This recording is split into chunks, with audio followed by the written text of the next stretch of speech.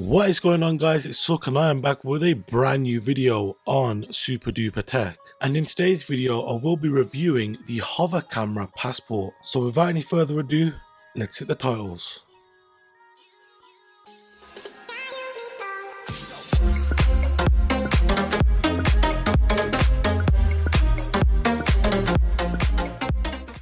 So first up, let's get into talking about what actually comes included with the hover camera passport. Now the first thing that you do get is 2 rechargeable batteries. Now I did find that in my testing I got approximately 10 minutes of flight time when the wind was quite heavy. Next up, you do get a soft carry pouch. Now though this carry pouch offers minimal protection, that doesn't really matter as the propellers are of course guarded inside the drone itself. Next up, you do get the power brick as well as the wall plug adapter along with the charging plate. Now these of course do allow you to charge up both of these batteries simultaneously. Now I'm sure you guys are interested in finding out how long it takes for these batteries to charge up. Now you'll be interested to find out that it takes approximately just under 1 hour for both of these batteries to be fully charged from zero charge. Now if there's one thing that I do thoroughly enjoy about the hover camera passport, is that it doesn't take too long for it to actually power up. In fact, it can be powered up and ready to be paired to a device in less than 15 seconds.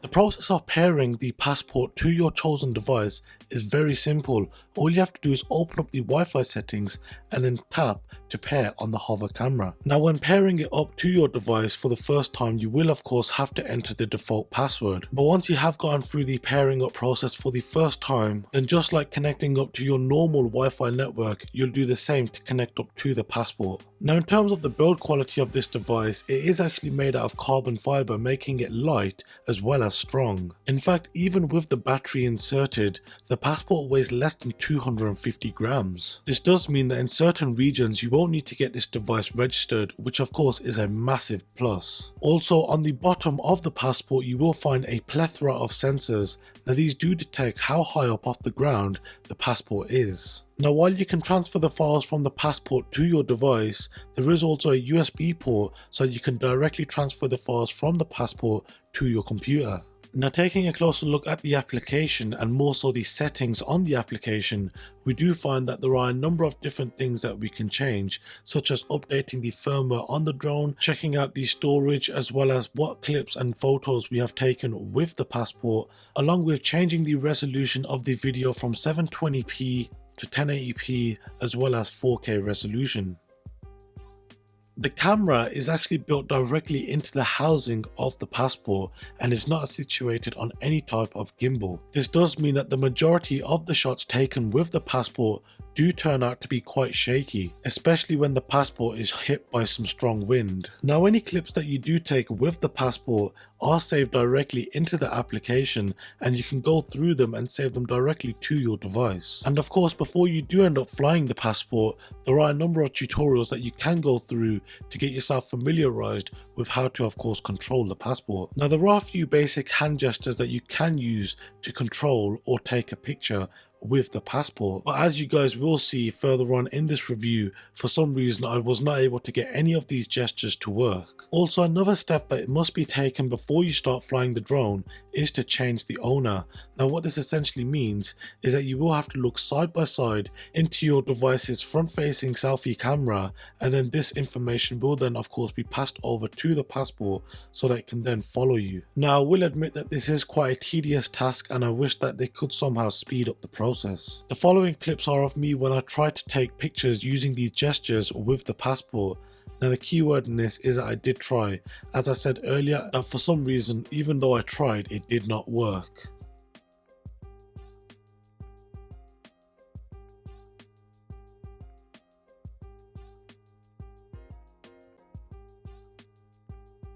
Now another feature that you do have is that you do have the ability to take group photos. Now what happens in this mode is that the passport will fly out slightly further so that it can get all of the people in frame along with a little bit of the background. Now on the front of the passport there are some LEDs that do flash to indicate it's taking the photo, and on the application you do get a timer. Now you can actually choose to have the timer disengaged so that you can take the photo when you are actually ready.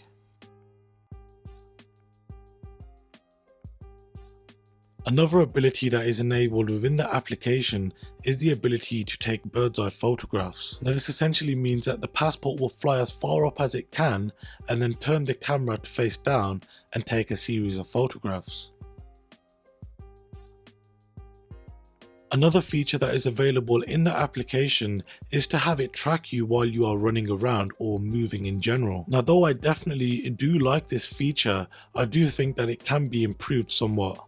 As you guys will see now, due to the passport not having any sensors on the front of it, when moving fast or taking a sharp bend, it will have the tendency to fly into things. And there were also many times that when it was tracking a particular subject, that it would either lose track of it or it would start to follow an entirely different subject.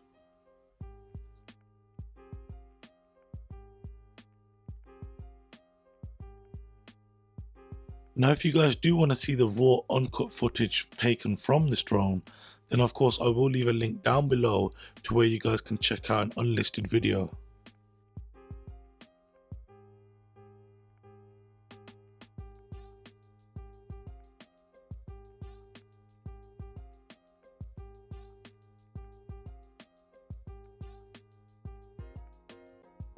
Another feature that is available in the application is for you to have the passport orbit a particular subject. Now in this clip in particular, you guys will see that the passport has a hard time exposing for different scenes.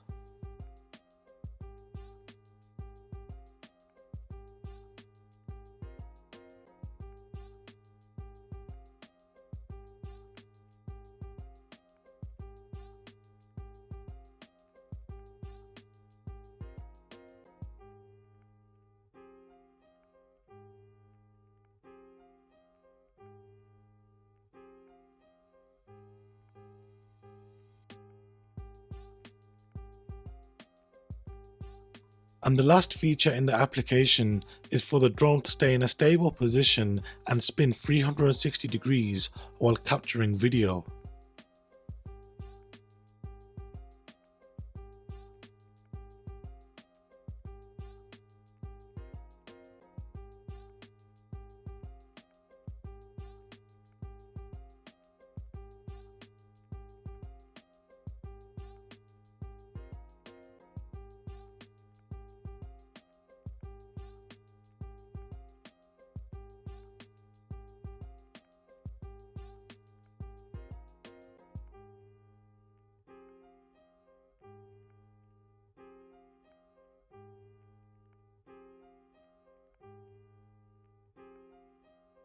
Now one thing that I would advise against is using this drone indoors. Now though the propellers are guarded and the drone itself is made out of carbon fibre, the likelihood of you crashing this drone as it's not being flown in an open environment is still going to be high, as it would with most other drones. The major differences being here is, once again, the propellers are completely guarded.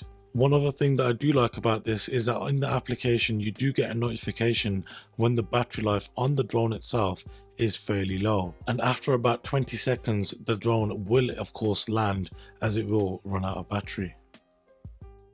Now if you don't like flying your drones in the more classic layout of having arrows to move it around as well as a separate stick to move it up or down, then you'll be pleased to find out that you do get the ability in the options menu to bring up some on-screen joysticks if that's how you prefer to fly. Now of course you guys are interested in finding out how high I was able to push the drone. Now I did manage to get it to a maximum of around 32 meters high. Now if you are looking for something that flies considerably higher, then I would advise looking towards something that has a more dedicated controller other than using your smartphone to control it. This is as you'll more likely get a higher quality signal transmitted and received from or to the drone. Now if you guys are looking into buying a drone, or a selfie drone for that matter of speaking, then this does fit the bill, but I would advise not flying it too far or relying too heavily on those self-guided features. As let's face it, you don't want to do what I had to do and chase after a drone as it flies straight towards a canal. Now even though this drone costs less than £500 and less than half that what you would pay for the DJI Mavic, just take it best from what I say right here.